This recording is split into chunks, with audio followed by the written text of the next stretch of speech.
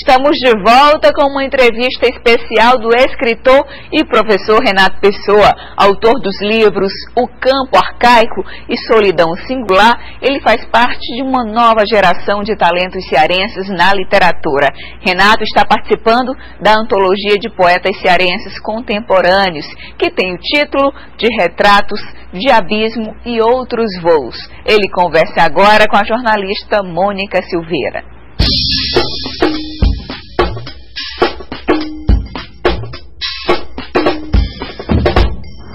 Larissa, é bom demais receber novamente aqui no programa o professor de filosofia e poeta Renato Pessoa, que está com um novo livro, Retratos de Abismo e Outros Voos, que na verdade é uma antologia. Na verdade é uma antologia, são 10 jovens poetas cearenses. Nós resolvemos nos reunir para compilar um pouco da produção poética de cada um, para mostrar que há jovens poetas publicando dentro do Ceará, há jovens poetas publicando no Brasil. Nós sabemos que com essa nova geração a poesia é um tanto desacreditada, então nós resolvemos dizer, não, há pessoas publicando poesia, há escritores que priorizam este estilo. Então nós resolvemos de fato fazer esta compilação, reunir estes poetas que estão em fase de produção. Muitos deles ainda vão publicar o seu primeiro livro, inclusive esse ano vai sair o primeiro livro de 4 escritores que já estão aí, ou seja, esta é a primeira publicação de fato deles, né? E para demonstrar, olha, o Ceará é um celeiro de grandes poetas, nós sabemos muito bem disso. Então este livro é uma afirmação a afirmação da poesia, uma afirmação de que a poesia não está morta, uma afirmação de que o fazer poético está concretamente vivo, pulsante. Prova disso é este livro. São 10 poetas, estilos bem diferentes ou são mais ou menos da mesma corrente, assim? Não, interessante que realmente são 10 poetas de estilos distantes. Cada escritor tem o seu modo peculiar, o seu modo próprio de enxergar as coisas, de ver a vida. Nós temos a visão um tanto mais social da Larissa Freitas, por exemplo, que é uma das poetisas do livro. Nós temos a visão mais existencial, mais nihilista do Cícero Almeida. Nós temos uma visão muito mais bucólica de um Elton da Nana, que é também um dos poetas.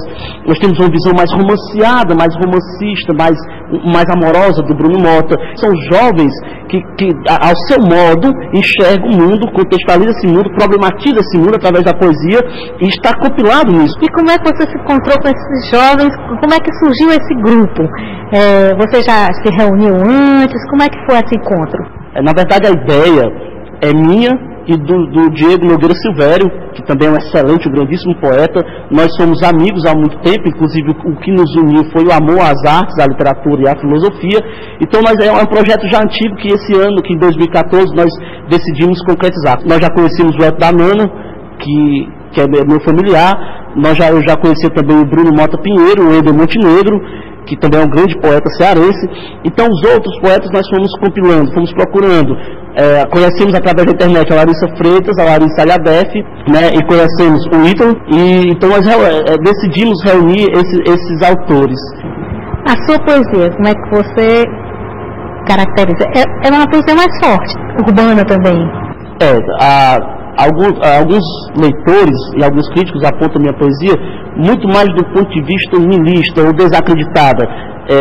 Se você fizer uma análise um tanto mais filosófica ou sociológica, você vai perceber que eu sou um típico homem do meu tempo, né? Nós vivemos um tempo profundamente nihilista, um tempo em que filosofia nós chamamos de crise das metanarrativas, que é uma linguagem do Jean-François Lyotard, um filósofo francês.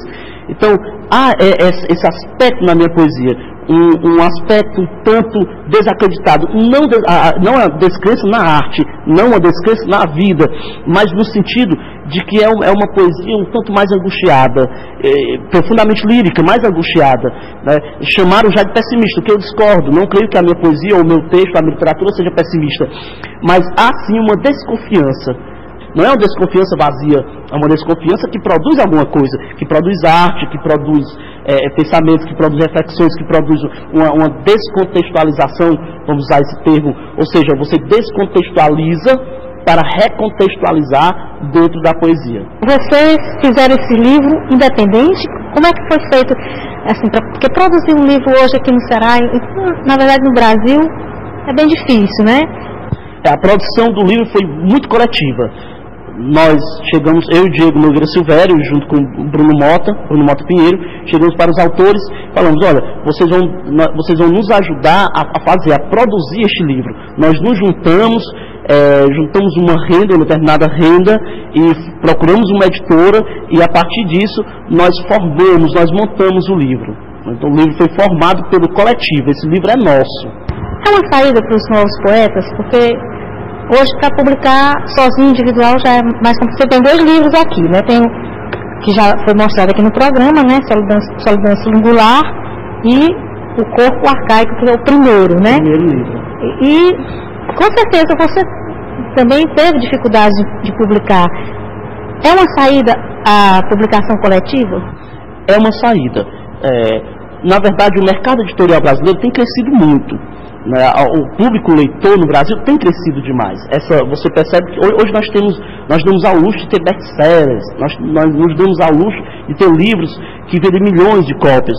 Então há um paradoxo, porque ao mesmo tempo em que houve esse crescimento editorial, houve esse crescimento do público leitor, está cada vez mais difícil publicar por grandes editoras. Está cada vez mais difícil.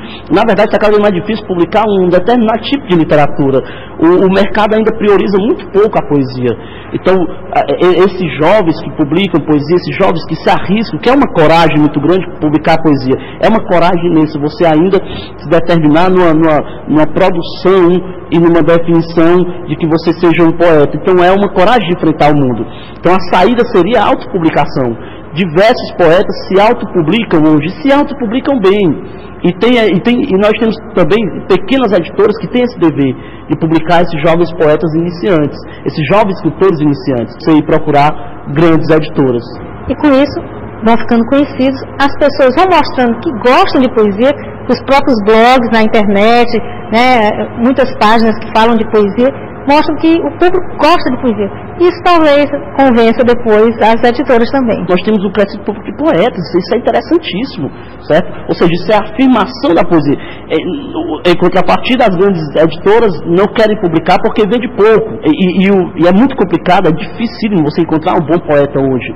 No entanto, o povo gosta, no entanto, o povo quer. Entre os escritores mais queridos, digamos assim, do povo, nós temos grandes poetas, nós temos o Drummond, nós temos o Fernando Pessoa, nós temos o Manuel Bandeira, nós temos o Manuel de Barros. Então, isso é sem dúvida uma indicativa, aliás, de que a poesia é bem aceita pelo público. Não é bem aceita, talvez, por grandes editoras, mas pelo público, sim. Beleza. Então, vamos ouvir um dos poemas, você pode escolher um deles. Eu vou escolher um poema que eu compilei para esta antologia, chama-se Consolação. É um poema do meu primeiro livro, que eu coloquei aqui na antologia. Consolação. Triste dos poetas que não nascem tristes. Hão de aprender a tristeza do mundo. Hão de não ser isentos das quimeras falidas, das esquinas sem rumos, dos cigarros apagados, do baixio dos rumores e das fissuras ébrias. Como são sórdidos os poetas que não nascem sórdidos. Hão de aprender o cinismo das eras. Hão de sorrir da finitude da epiderme, do balbucio dos orgasmos, do poema de consumo. Hão de ser furtivos nos tempos frígidos. Hão de ser sinceros nos tempos sórdidos. Hão de ser, sobretudo, tristes. Hão de ser tristes os poetas que não nascem tristes. Que beleza, adorei.